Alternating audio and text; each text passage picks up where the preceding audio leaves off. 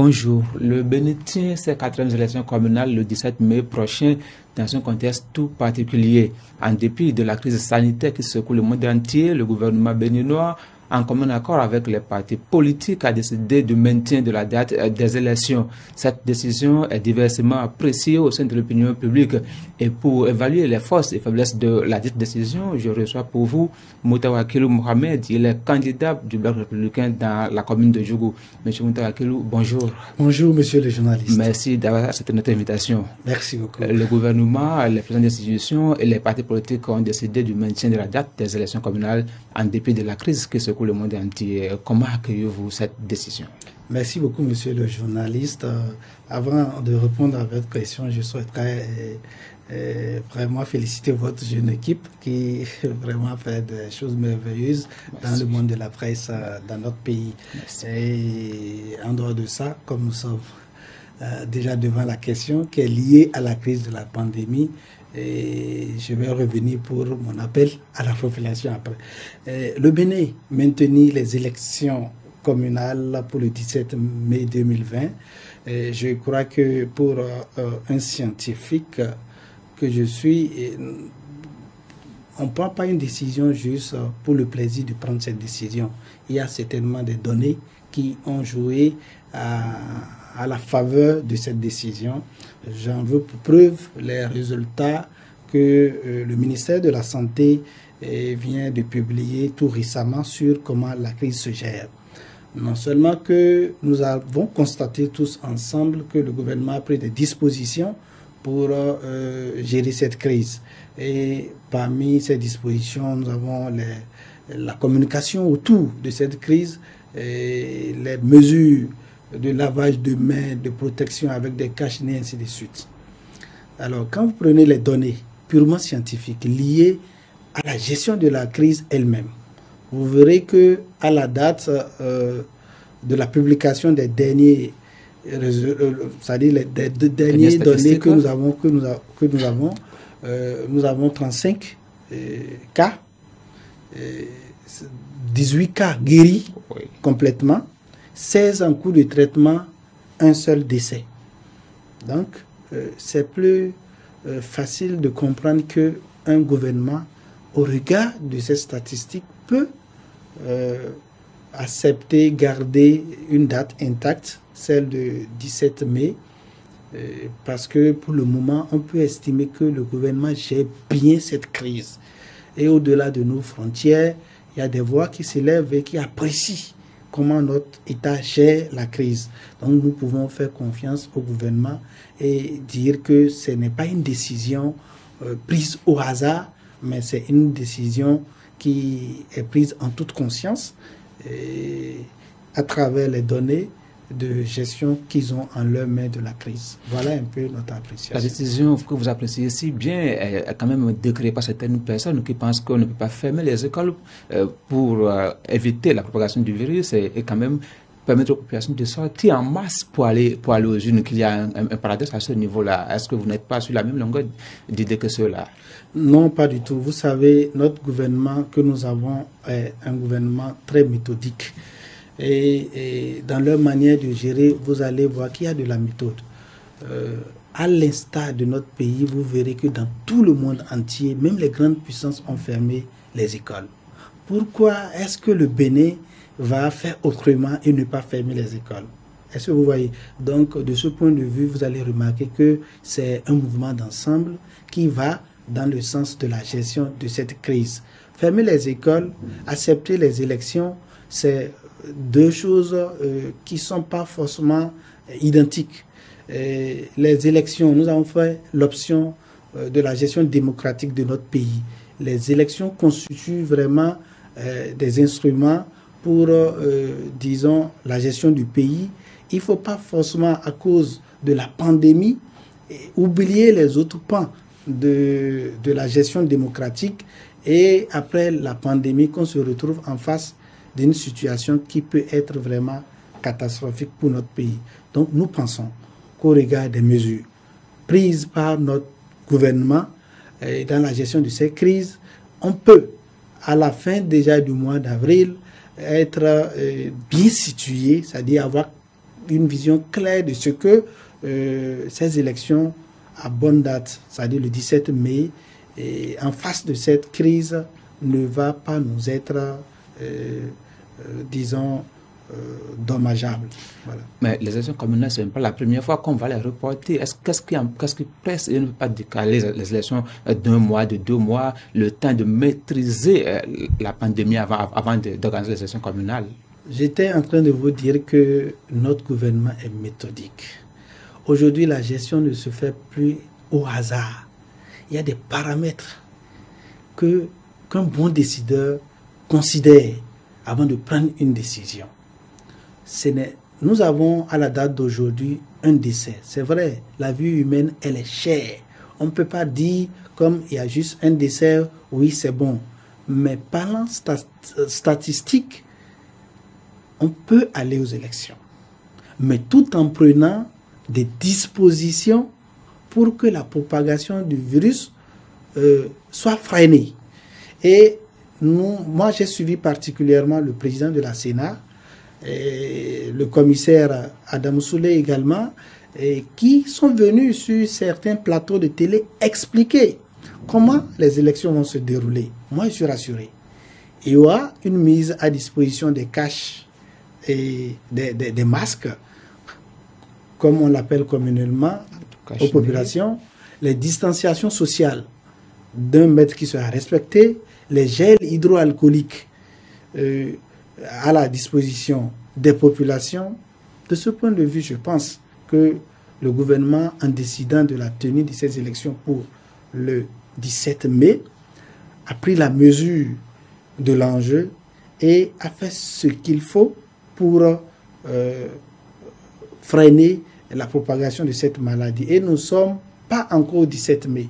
La probabilité que d'ici le 17 mai, que la pandémie, que l'État ou le gouvernement puisse trouver une vraie solution est aussi envisageable. Donc de ce point de vue, j'appelle à ce que nous comprenions l'État béninois qui est méthodique et qui prend les décisions à travers vraiment des paramètres purement scientifiques. L'une des décisions, des mesures prises par le gouvernement pour accompagner les partis politiques, c'est d'assurer leur campagne électorale via les médias. L'État prend en charge entièrement les financements de ces campagnes-là. Est-ce que ça ne prête pas confusion? Est-ce que cela ne veut pas dire que l'État, les élections préoccupent plus l'État que la santé des Béninois finalement? Je ne partage pas entièrement cette manière de voir les choses. Et j'avoue que faire les élections, c'est-à-dire aller au contact des populations à travers les médias, c'est une première dans notre pays. Donc ça serait difficile. Mais n'oubliez pas que les conférences des forces vives de la nation a commencé ici au Bénin et qui a fait école après. Donc acceptons que le Bénin soit le laboratoire de la politique où on essaie de faire la conception de nouvelles choses. Ce ne serait pas facile. La gestion de ce type de campagne, et en tant qu'acteur politique, je peux le dire sans vraiment, sans vouloir forcément décrier que c'est pas facile dans tous les cas. Ce ne serait pas facile, mais si l'État peut déjà garantir aux partis politiques, bon, l'État, à travers la structure qui organise les élections, garantit l'accès équitable à tous les partis et aux chaînes, aux différents médias, ce serait déjà bien. Il y a la gestion équitable qui peut-être va poser problème, mais je crois qu'ils sont à pied d'œuvre. Les partis politiques aussi ne doivent pas baisser les bras. Il faudrait que nous puissions bousculer les structures étatiques qui gèrent les élections pour voir clair dans cette manière de gérer les campagnes. Donc j'avoue que ce ne serait pas facile, mais ce n'est pas pour autant dire que c'est impossible. Puisque nous avons déjà l'esprit de créativité au Bénin, surtout dans le monde politique, où c'est nous qui créons et les autres emboîtent nos pas. les élections communales, ce sont les élections de proximité, mais les populations sont déjà habituées à une certaine pratique. Ils ne verront pas les candidats de visu, ils vont juste entendre leur voix à la radio, leur voix à la télé. Est-ce que cela aura vraiment un impact sur les électeurs qui iront au jour le 17 mai prochain? C'est une expérience qu'il faut vraiment vivre. Je pense que cela peut avoir un impact. Chez moi, quand on appelle mon nom, au niveau des populations de Djougou, ils savent de qui s'agit-il. Parce que le candidat, ce n'est pas seulement à la veille des élections ou quand on lance les élections qu'il faut se faire connaître. Il faut avoir l'habitude d'être avec les populations, de partager leurs peines, leurs douleurs, leurs joies. Et là, c'est qu'ils te connaissent. La belle preuve, c'est que je suis dans vos studios ici, à Cotonou, à la seconde où nous sommes en train de parler. Ma base, c'est dans le nord profond. Et je vous garantis que je vais faire le meilleur des scores. Mais il y a des pratiques, les gens sont habitués au gadget, à la veille des élections, les porte-à-porte et tout ça, ça nous rappelle lieu du fait de la crise sanitaire. Est-ce que ça n'aura pas un impact sur le taux de participation aux élections communales prochaines? C'est bien possible, ce n'est pas exclu. Mais cependant, je suis en train de dire qu'il faut toujours saluer l'ingéniosité et le génie béninois. Donc, nos populations évoluent aussi. Je crois qu'elles vont s'adapter à cette manière de faire. Donc le taux de participation n'est pas aussi important que ça, même si on a 10%, on peut valider et élire les maires, c'est ce que vous tentez de dire. Non, je ne suis pas en train de le dire ainsi. J'étais en train de vous faire comprendre que nos populations évoluent avec la mentalité de l'ensemble. Elles comprennent que nous sommes en face d'une crise sanitaire et qu'il ne faudrait pas s'exposer. Alors, ça ne serait pas toujours comme ça. Après la crise, pour les autres élections à venir, et nous allons reprendre peut-être avec les vieilles habitudes. Donc, nos populations comprendront que c'est pour leur bien-être que les responsables qui gèrent le pays ont décidé que cette manière de faire soit, disons, expérimentée. Au-delà de la crise sanitaire, il y a aussi une certaine crise qui secoue les deux blocs présidentiels. Les débauchages entre les deux blocs s'opèrent tout le temps. Est-ce que finalement les deux blocs ne sont plus des jumeaux siamois comme les gens le disent? Non, nous sommes en politique. Deux jumeaux siamois, bon, moi, je ne vois pas en quoi est-ce qu'on est des jumeaux siamois. Vous allez me dire que je vais laisser mon challenger de l'UP à Djougou venir me déloger, ne pas pouvoir aller au conseil communal. Vous avez le même parent, donc ça ne pose aucun problème normalement. Non, essayons de mettre de côté de cette manière cette lecture-là que les gens font. Bébé siamois, ça ne veut absolument rien dire. Hein. Nous allons nous affronter sérieusement sur le terrain. Nous allons mettre en place nos stratégies pour que, au niveau du BR, que ce soit nous qui prenons le maximum de sièges. Et ce n'est pas pour autant qu'on va dire parce que nous sommes des bébés siamois. Quand je prends une siège ici, tu prends de l'autre côté. Mais non, au-delà de tout, nous sommes en politique. C'est là de gérer. C'est vrai. Le chef de l'État, le président Patrice Talon, veut bien avoir des partis qui l'accompagnent. Donc, il ne peut qu'être à l'écoute de ces partis également. Donc, les autres partis en dehors de l'UP et du bloc républicain animent aussi la vie politique. Et quand le chef de l'État a besoin de ces partis pour engager des réformes, il ne peut qu'aller vers ces partis-là également, parce que tout concourt au bien-être de la population béninoise. Donc, ne nous calons pas sur cet aspect de bébé siamois et laisser la vraie question qui est la satisfaction de la population dans son ensemble de ce que fait l'État, de comment l'État, le gouvernement gère nos affaires.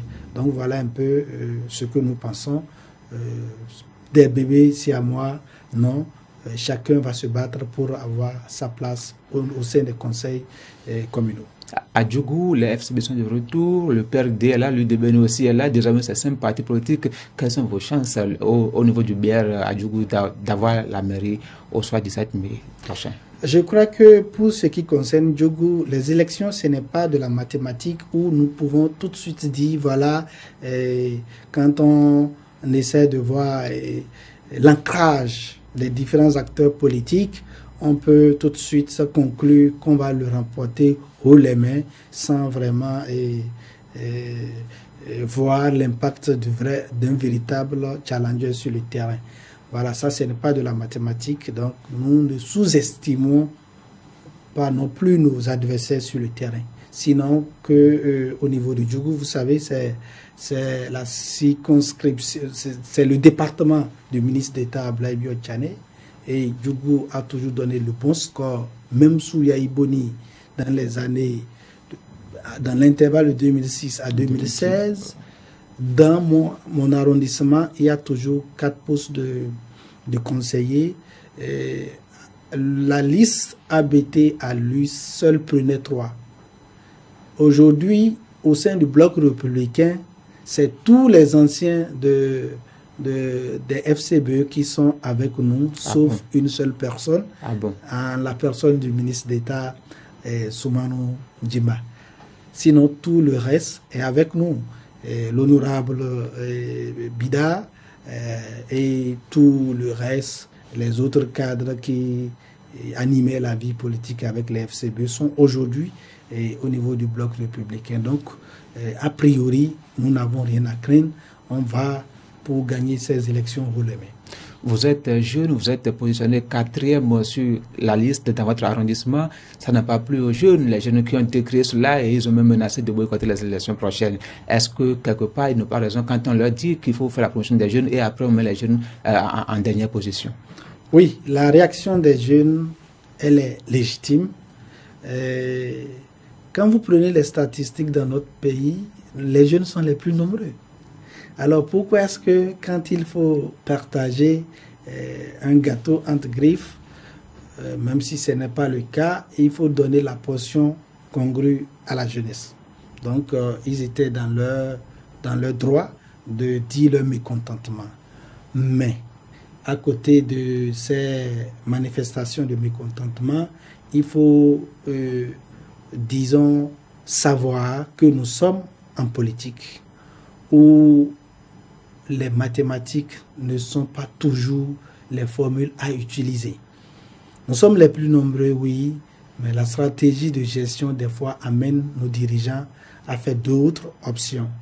Maintenant, à la 4e position, nous n'avons qu'une seule mission, c'est de démontrer que c'est nous qui portons le BR au sein de cet arrondissement-là, en faisant prendre tous les 4 postes au niveau du premier arrondissement.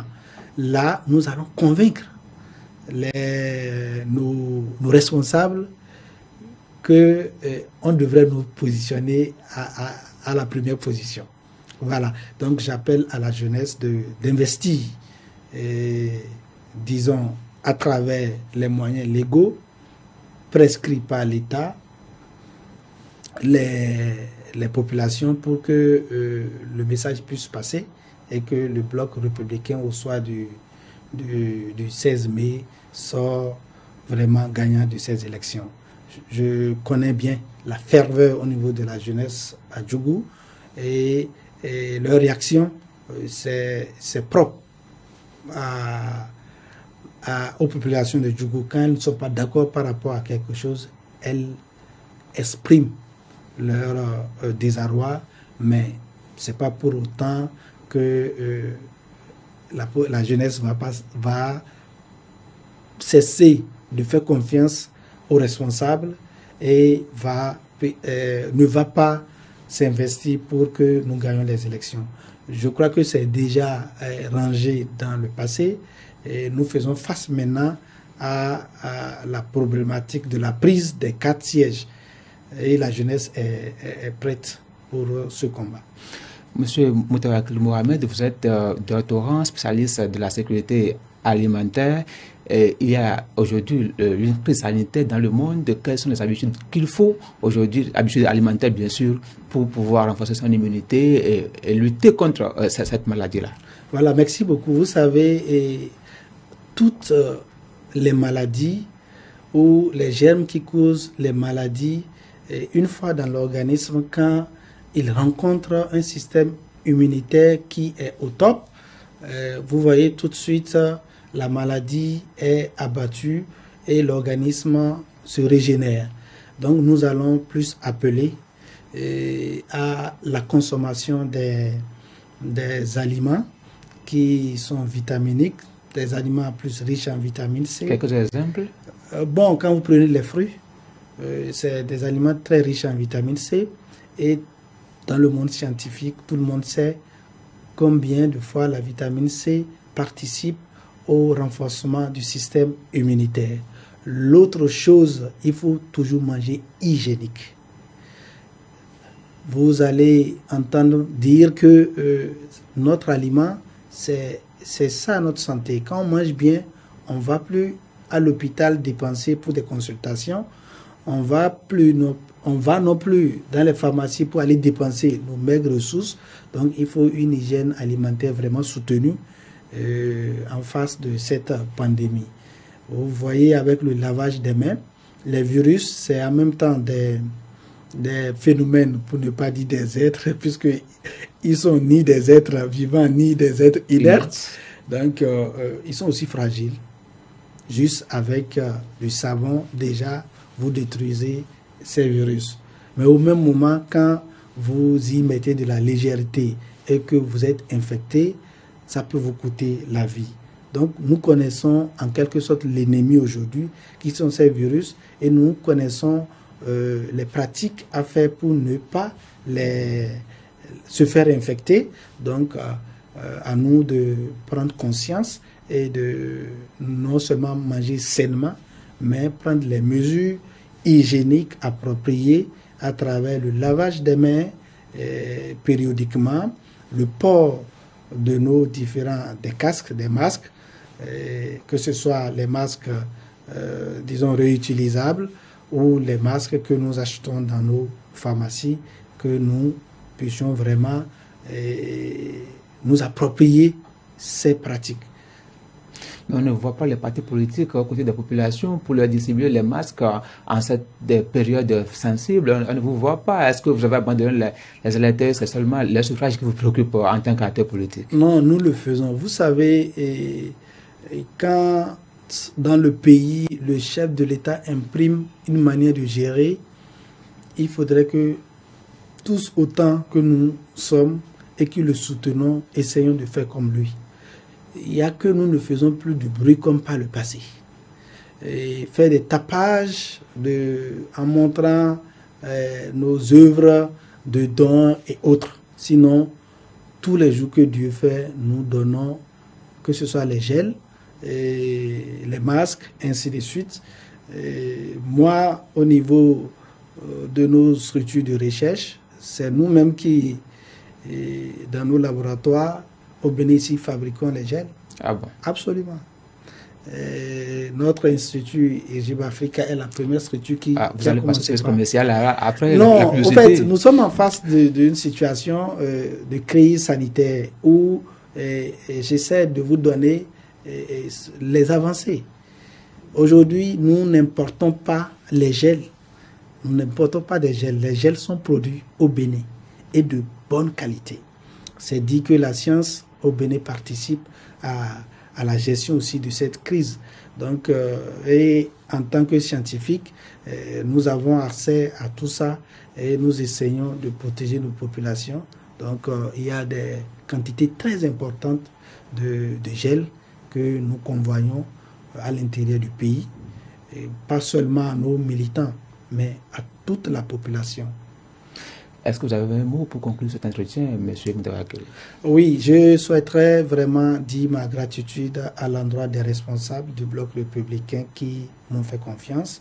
Et la première personne, le ministre d'État Abdoulaye Biotchane, et mon cher aîné qui, disons, m'a toujours montré le meilleur des voies à suivre dans la gestion de la chose publique. Je veux nommer le docteur Malik Gomina pour tout ce qu'il fait et à travers ses enseignements et la confiance qu'il, disons, me fait chaque jour en m'aidant aussi à grandir comme eux.